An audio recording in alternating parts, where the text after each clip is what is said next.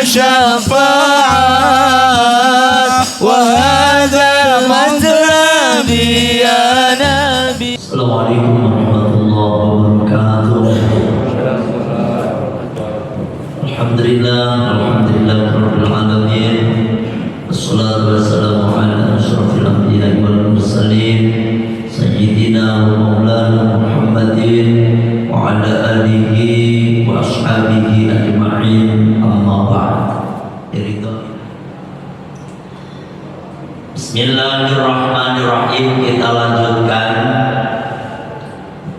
masih membahas tentang syarat sahnya sholat. Syarat sahnya sholat itu yang pertama harus suci dari hadas dan jinabat.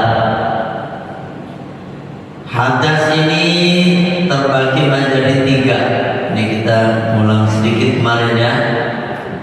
Ada hadas kecil, hadas pertengahan, dan hadas besar.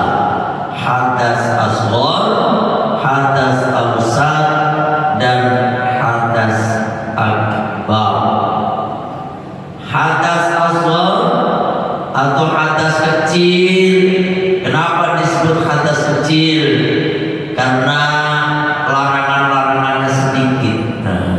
Ya. Kenapa disebut hadas awsat? Karena larangan-larangannya sedang. Kenapa disebut hadas akbar? Karena memang larangan-larangannya banyak. Itu gede. Yang kemarin sudah kita bahas larangan-larangan ketika kita sedang berhadas kecil. Yang pertama sholat, yang kedua tawaf, ya. Yang ketiga menyentuh Al-Quran, yang keempat membawa Al-Quran, yang kelima sholat jenazah, yang keenam sujud syukur, yang kedelapan yaitu sujud tilawah. Jadi kadang-kadang kita ini main sujud aja, ya kan? Dapat rezeki nomplok, main sujud aja, Allahu Akbar langsung sujud. Padahal kagak punya wudu, itu haram, ya. Dilarang, gak boleh. Karena sujud syukur itu syaratnya harus suci dari semua hadas, termasuk hadas kecil sekalipun. Yang dibaca apa kemarin? Sajada wajhiya lilladzi khalaqahu wa sawwarahu wa syaqqa sam'ahu wa basarahu bihaulihi wa quwwatihi fatabarakallahu ahsanul khaliqin. Itu ya, itu yang dibaca. Jadi kalau kita sujud, kalau itu gak hafal Pak, sampai bisa gantikan dengan subhanallah walhamdulillah wala ilaha illallah wallahu akbar wala haula wala quwwata illa billahil aliyyil azim. Tuh yang dibaca Pak. Gimana caranya menghadap ke kiblat? Lebih utama berdiri seperti orang mau sholat baik. Allahu Akbar langsung sujud. Berapa kali sujudnya? Sekali. Ya. Kalau sujud sahwi berapa kali? Dua kali. Sujud sahwi. Gimana coba bareng-bareng sujud sahwi ini? Duanya. Subhana man la yanamu wa la yashu. Kan? Subhana man la yanamu wa la yashu. Iya, parah. Subhana man la yanamu wala yasmu, dibaca 3 kali. Terus kalau duduk di antara sujud sawi dibaca apa? Nggak baca. Yang dibaca sama dengan sujud biasa. Duduk di antara bersujud. Rabbi firli walibah. Rabbi firli warhamni warhamni. Gimana? Rabbi firli warhamni Rabbi firli warhamni wajburni warfa'ni warzuqni wahdini wa'afini wa'afani. Itu yang dibaca Pak. Sama. Terus sujud lagi. Terus duduk akhir, terus salam. Jangan baca tahiyat lagi. Kan baca tahiyat lagi, mentang-mentang sujud kadang-kadang. Nah, habis sujud nih, kalau sujud syukur langsung duduk akhir, salam. Gak usah pakai tahiyat. Assalamualaikum. Gimana kalau kita awali dengan duduk? Ya gak apa-apa. Duduk iftiros Pak. Ya. Begitu juga dengan sujud tilawah. Sujud tilawah itu juga dalam keadaan suci. Bapak kagak bisa, gak boleh sujud tilawah kecuali dalam keadaan suci.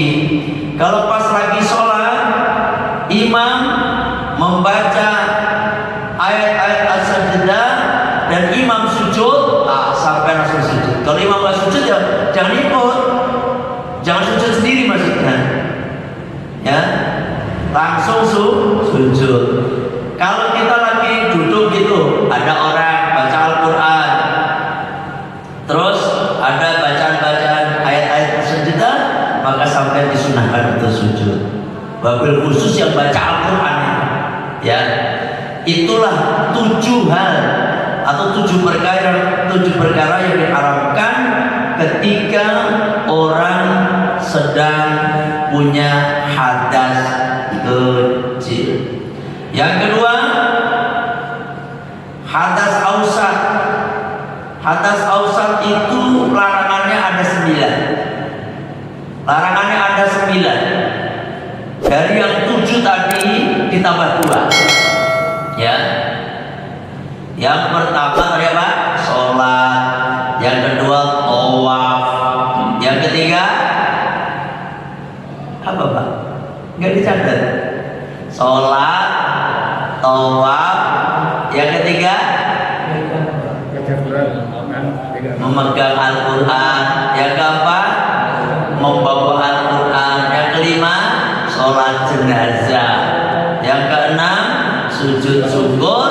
Yang ketujuh sujud tilawah. Ditambah yang ke-8, ketika orang lagi punya hadas ausat.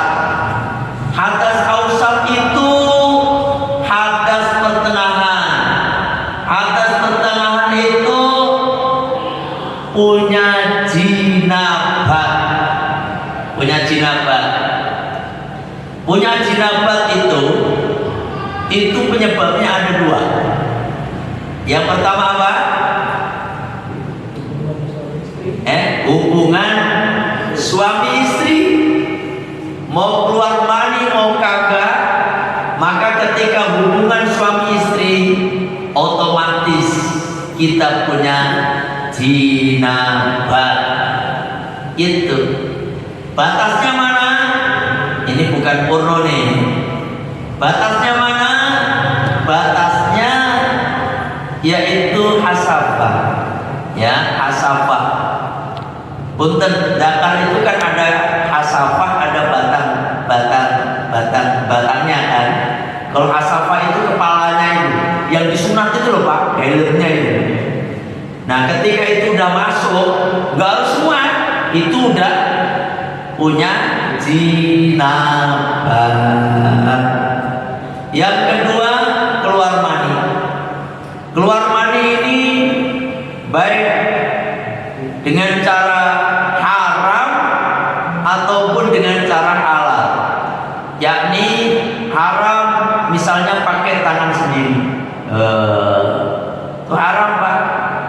keluar mani dengan cara dikeluarkan pakai tangan sendiri, haram. Terus dipakai apalagi dengan tangan orang lain, haramnya double. Karena orang lain itu melihat kemaluan kita, jadi double. Yang halal itu pakai tangannya istri, itu halalan thayyibah. Iya. Sampean kalau laki istri haid, ya, istri lagi nifas, kok pusing kepala sampean, memuncak syahwatnya sampean, udah minta tolong sama istri, dikeluarkan dengan tangan istri. Paham ya? Tuh. Jadi atau terjaga maupun nggak terjaga, artinya terjaga itu lagi sadar ataupun lagi tidur, mimpi sehingga keluar mani. Intinya keluar mani. Kalau cuma mimpi mah nggak wajib mandi. Bapak mimpi hubungan, dengan artis siapa, kira-kira begitu lah, kira-kira. Sampai lagi bayangin artis, ternyata sampai ke bawah mimpi. Akhirnya hubungan, bangun-bangun, kok nggak basah, nggak apa, wajib mandi nggak? Ya enggak. Walaupun dalam mimpi itu sampai hubungan 5 kali misalnya, nggak baik-baik, nggak wajib mandi. Kenapa? Karena nggak keluar mani. Yang menyebabkan mani itu keluar mani. Gitu Pak. Nah itu 2 hal itulah yang menyebabkan orang punya jinabah atau hadas ausal. Apa yang diharapkan ketika orang lagi punya jinabah? 7 tadi. Yang ke-8 yaitu diam di dalam masjid. Gak boleh Pak, di dalam masjid diam, menang, ya. Ini gak boleh.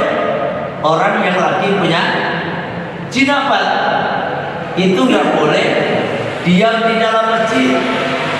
Ya, walubtu fil masjidi, diam di dalam masjid. Kecuali misalnya sampai tidur di masjid, mimpi Pak, buru-buru pulang. Kenapa dia bisa tidur di dalam masjid? Mungkin lagi dia omelan sama istrinya, kelihatannya. Dia tidur di masjid, dia mimpi lagi. Sampai harus keluar dari masjid, haram sebabnya, ya kan? Nah, di samping itu yang ke-9, haram membaca Al-Quran. Ya, kalau hadas kecil, membaca Al-Quran nggak apa-apa. Kalau nggak punya wudu, baca Al-Quran nggak apa-apa. Yang penting jangan menyentuh Al-Quran aja. Sampai lagi nggak punya wudu, baca Yasin nggak apa-apa. Apalagi Bismillahirrahmanirrahim, Yasin wal Qur'anil Hakim innaka laminal mursalin, dan seterusnya. Nggak apa-apa.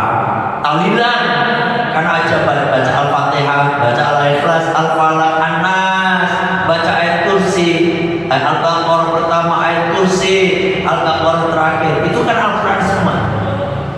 Nggak apa-apa kalau punya hadas kecil. Tapi kalau punya hadas jinabah, hadas ausal, nggak boleh. Sampai punya habis keluar mani nih, ya tahu ikut tahlilan, nggak boleh sampai baca Al-Quran. Zikirnya aja yang boleh. La ilaha illallah nggak apa-apa. Sholawatnya nggak apa-apa. Tapi yang baca Al-Quran nggak boleh. Paham ya? Itulah jadi 9. 7 plus 2. Makanya ini ausat sifatnya. Yang ketiga, hadas akbar, hadas gede. Larangannya juga banyak. Larangannya banyak. Apa aja larangannya? Larangannya di samping 9 tadi, yang ke-10 ditambah puasa. Orang lagi punya hadas. Hadas akbar itu hadas apa? Haid dan nifas. Makanya beda, Pak. Haid dan nifas. Orang lagi haid, orang lagi nifas, haram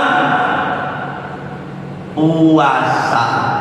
Orang punya jinabat, puasa boleh nggak? Nah, pada diem baik. Meneng baik. Punya jinabat boleh nggak puasa? Boleh. Oh, tadi kan nggak ada. Dia kan larangannya. Kalau ada pasti udah saya sebutin. Punten Pak, punten. Sampai misalnya habis lagi sahur waktu subuh teh, misalnya jam 4, sahurnya setengah 4, habis sahur pengen begitu, pengen hubungan suami istri, waktunya tinggal 10 menit lagi. 10 menit lagi udah beduk subuh. Boleh nggak kita hubungan? Boleh. Boleh nggak? Boleh. Ya boleh. Tapi ketika beduk dur udahan, harus sampai cabut. Jangan nanggung. Kalau nanggung, wassalam, angel. Kalau nanggung berarti sampean kena yang namanya kifaratu, ya kan?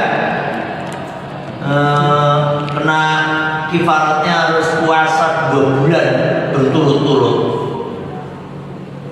Udah dapat 55 hari, kurang ke 4 hari gitu, ya kan? Kalau 30 kan 39 kurang 4 hari. Kok sampean batal, wajib pulang dari nol lagi. Itu pusing pada sampean, ya kan? Kalau nggak mampu puasa 2 bulan berturut-turut, yang pertama merdekakan budak. Sekarang nggak ada budak, hanya ada 2 pilihan, yaitu puasa 2 bulan berturut-turut, terus memberikan makan kepada fakir miskin 60 orang. Itu ya. Jadi langsung selesai beduk udah gitu, udahin. Belum mandi gimana? Puasanya batal nggak? Enggak. Kan belum mandi belum apa? Batal nggak puasanya? Enggak. Kenapa? Karena mandi. Yang penting hati-hati mandinya. Jangan mandinya lompat. Nah, ini mandi puasa nyelam lagi ke paling indah lagi di situ. Belum kan tuh. Puasa jangan renang, batal sampean. Dan priwe gitu ya. Jadi kalau orang punya jinabat nggak batal puasanya. Tapi kalau orang kafir lagi nifas, puasa batal. Ya, yang ke-10 itu adalah puasa. Ini dicatat ya sih? Gak ada nyatet nih. Gak apa-apa, seropopo Pak. Seperti tiling-tiling baik. Nek lali ya rapopo juga. Yang penting kalau masa ini boleh gak ya? Harus tahu itu. Yang ke-11 ya. Yang ke-11 yang tidak diperbolehkan orang yang lagi hadas besar. Hadas besar itu hanya perempuan. Karena yang punya haid, yang punya nifas hanya perempuan. Kalau hadas ausar bisa laki, bisa perempuan. Yang ke-11 orang yang lagi haid, orang yang lagi nifas kagak boleh hubungan suami istri. Haram itu, dosa besar. Hati-hati ya. Hubungan suami istri nggak boleh. Sampai kok pusing kepalanya lagi syahwat, udah pakai tangan istri. Jangan hubungan, dosa. Yang penting jangan di situ pakai, jangan lain dengan cara yang lain. Yang penting sama istri. Berapa tadi? 11. Yang ke-12, tidak boleh istimta baina surati warubbataiha. Kagak boleh ngalap seneng, mencari kesenangan antara pusar dan kedua lutut istri. Jadi punten nih Pak, perempuan kalau lagi haid, istri ini sampean suruh pakai celana, ya. Jangan hanya pakai sarung doang sama celana dalam doang. Karena apa? Kita nggak boleh menyentuh daerah sini nih. Namanya istimta. Beda surah walubat ya. Sampai terus bagian sini haram. Ya, ini yang jarang kadang-kadang nggak diketahui oleh banyak orang. Padahal haram. Ya, pegang ini, gesek-gesek, pokoknya nggak boleh. Kalau diangkat pusat, nggak apa-apa. Nah, tapi jangan juga sampai atas pusar main pegang-pegang, ujung-ujungnya nafsu lagi.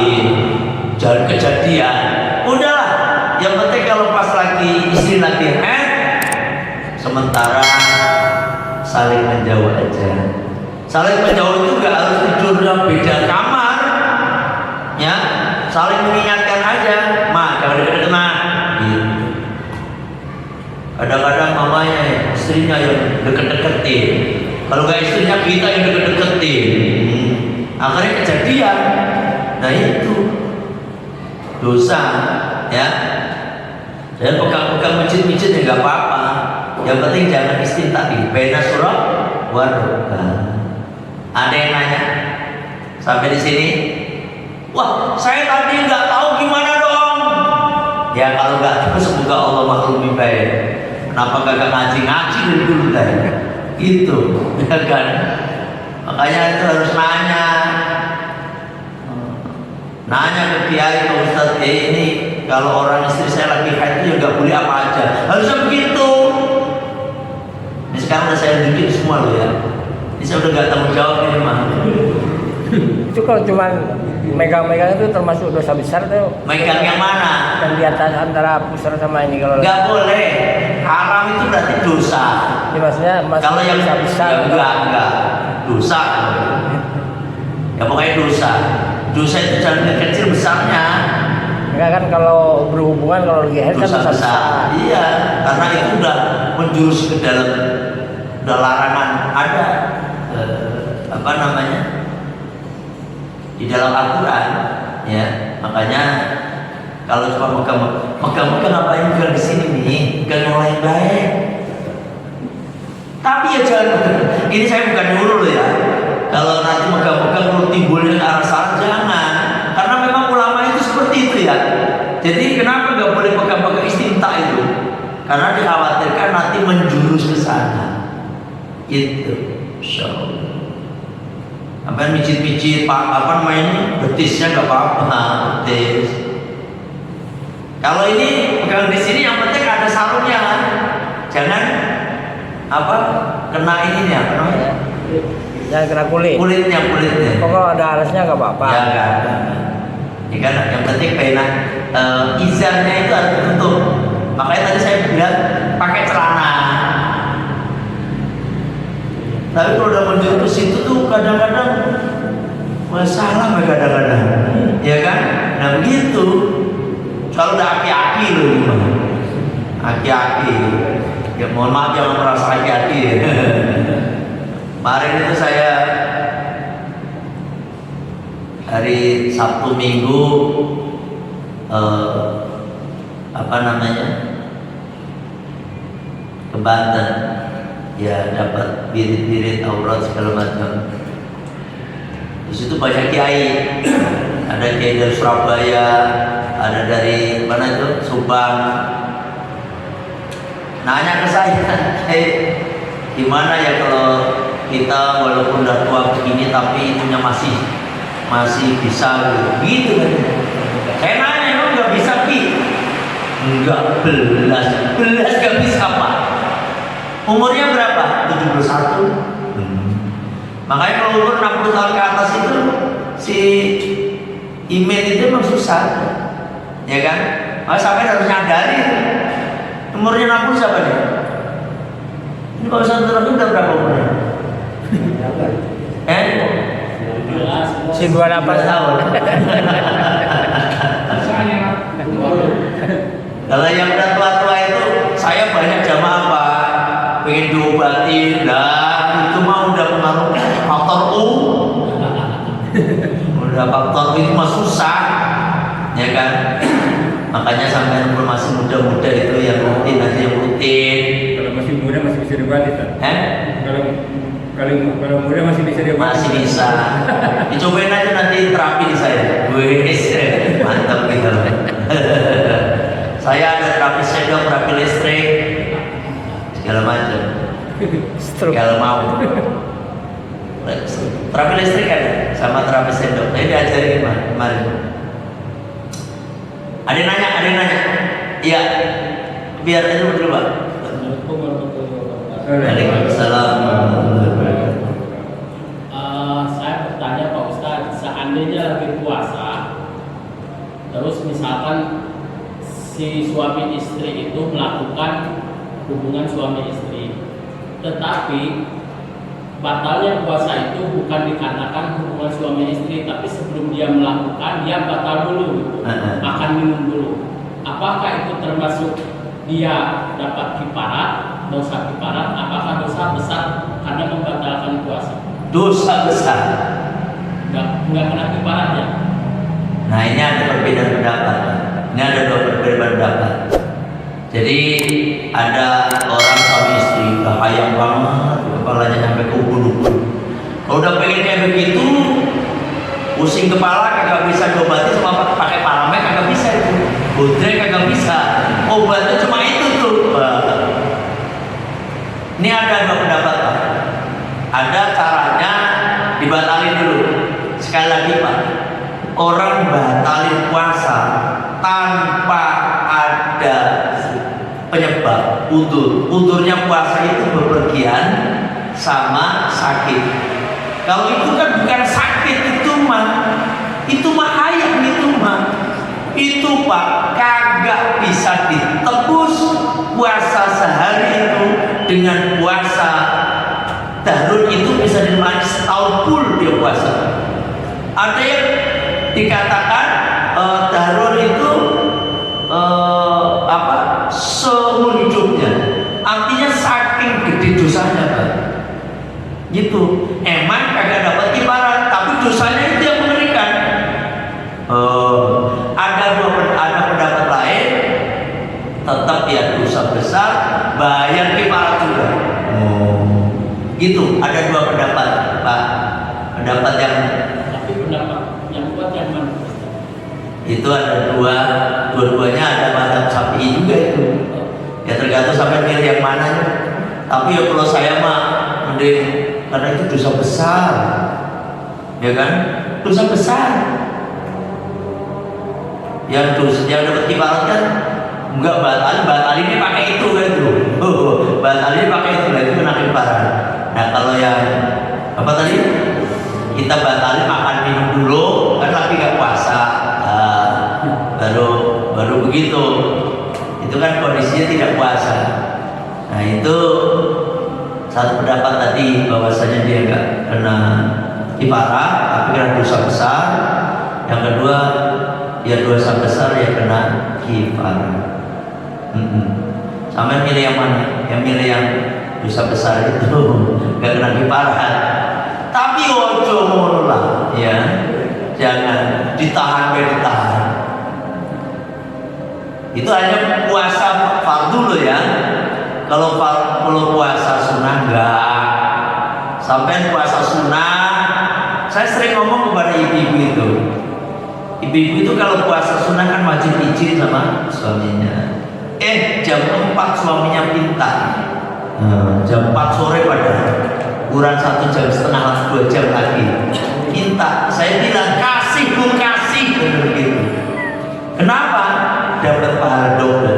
Satu, pahalanya itu terhitung full, dapat pahala. Yang kedua, dapat pahala bakti sama orang, sama suami, taat sama suami. Kalau istri yang tahu agama, yang tahu cerdas, yang nggak tahu agama, pasti dia mutar, mutar 2 jam lagi, 2 jam lagi. Berarti dia kagak tahu hukum, ya kan? Bahkan jam 5 aja suami minta kasih, karena itu perkara wajib, Pak. Bahkan di dalam kitab Qurratul Uyun, walaupun sampai lagi ada di naik kendaraan, suami pengen begitu, istri wajib layan. Sampai segitunya. Ya itu cuma puasa ini sunat. Padahal seorang perempuan itu lebih mudah pahalanya, nyari pahala daripada laki-laki. Lebih mudah masuk surganya daripada laki-laki. Kalau suami itu kan harus segala macam puasa, sholat, sunnah segala macam dijalankan. Kalau perempuan, sering saya sampaikan, idza sholatil mar'atu khamsaha, ketika seorang perempuan sholat 5 waktu, wa shaumat Ramadan, dan perempuan itu puasa di bulannya, artinya bulan Ramadan, kan itu doang. Wa ata'at zaujah, taat sama suaminya, wa hafizat farjah, dan menjaga kehormatannya. Qila, dikatakan pada itu perempuan, udkhulil jannah min ayyi abwabil jannati sitti, masuklah kamu perempuan ke surga lewat pintu mana baik yang kamu suka. Tuh enak, cuma sholat 5 waktu, puasa Ramadan dong. Yang ketiga, taat sama suami. Kalau puasa sunnah segala macam itu mah nggak penting bagi perempuan. Makanya perempuan itu sholatnya di rumah, suaminya sholat di dalam ke masjid, itu udah nggak harus puasa, nggak dapat pahala jamaah, nggak perlu seperti jalanin aja sholat 5 waktu. Saya sering nyampaikan kepada ibu-ibu gitu. Ini kadang-kadang kalau perempuan yang nggak tahu ilmunya begitu, senangannya puasa Senin Kamis, puasa Daud dijalankan, ya toh tahajud yang malam, suaminya pas minta kagak dikasih. Nah ini bahaya. Gimana pahalanya untuk suami? Makanya kalau perempuan yang cerdas itu tambah gini loh, perempuan itu yang tahu hukum itu tambah pahala. Pengen gede itu suka hamil, hamil, suka hamil, metengan lu, metengan, kan bahasa Inggrisnya metengan, dikit-dikit lahir berapanya metemani gitu. Lah orang hamil itu di dalam Qur'an juga tuh. Orang hamil itu kalau lagi hamil, siang terhitung puasa, malam terhitung sholat malam. Itu orang hamil. Ya, makanya perempuan cerdas itu perempuan yang menengah, bukan yang sudah puasa Senin Kamis, yang puasa yang multi, Asyura, bukan. Ya, itu Pak. Jadi, Asli mau menanya apa Pak? Ini udah waktu itu Ustaz, antara jas sama najis itu hampir sama kan? Jadi kan jas besar tadi yang kita ngaji tadi, sama najis hampir sama ya itunya. Contoh najis ringan kan masih bisa kita masalahnya kayak syukur. Maksud saya perbedaannya itu soal gitu kan, antara najis sama tadi. Gimana kan? Beda. Kalau najis itu bisa dilihat, hadas kagak bisa dilihat. Gitu aja banyak. Kalau hadas nggak bisa dilihat, saya nggak tahu Pak, alam ini masih punya wudhu apa kagak, lagi hadas apa enggak, saya kan nggak tahu. Tapi kalau Pak siapa namanya, Pak Alam itu kena tai ayam sarungnya, kelihatan nggak? Kelihatan. Nah itu najis itu sesuatu bisa dilihat. dicium, dirasakan, tapi nggak usah dijilat juga. Ya kan? Kan dicium nih. Wah. Ya. Waduh. Gitu. Ini dicium. Ini tai ayam nih, berarti najis. Dipegang. Dilihat itu kelihatan, ya kan? Dilihat, oh ini tai ayam najis, ketahuan. Ini coklat apa tai ayam ya? Bukan ketahuan. Kalau dicium oh. Terus dirasakan, tapi ini nggak boleh juga dicium, nggak boleh terus dijilat. Iya, Om Roza Tanggen, semoga sehat selalu, ya. Pak Samsuri, semoga sehat selalu, berkah selalu, rezekinya banyak. Ya, terima kasih sudah mengikuti pengajian kita. Ya. Saya kira sampai di sini, ya, ngaji kita. Insya Allah kita lanjutkan minggu depan. Dan minggu depan libur berarti. Ya. Minggu kedua. Minggu kemarin libur karena pas apa sih? FKDKM ya. Kan libur. Ya. Insya Allah nanti minggu depan kita lanjutkan minggu ketiga berarti. Ya. Kita tutup majlis kita dengan baca syair istighfar. Bismillahirrahmanirrahim.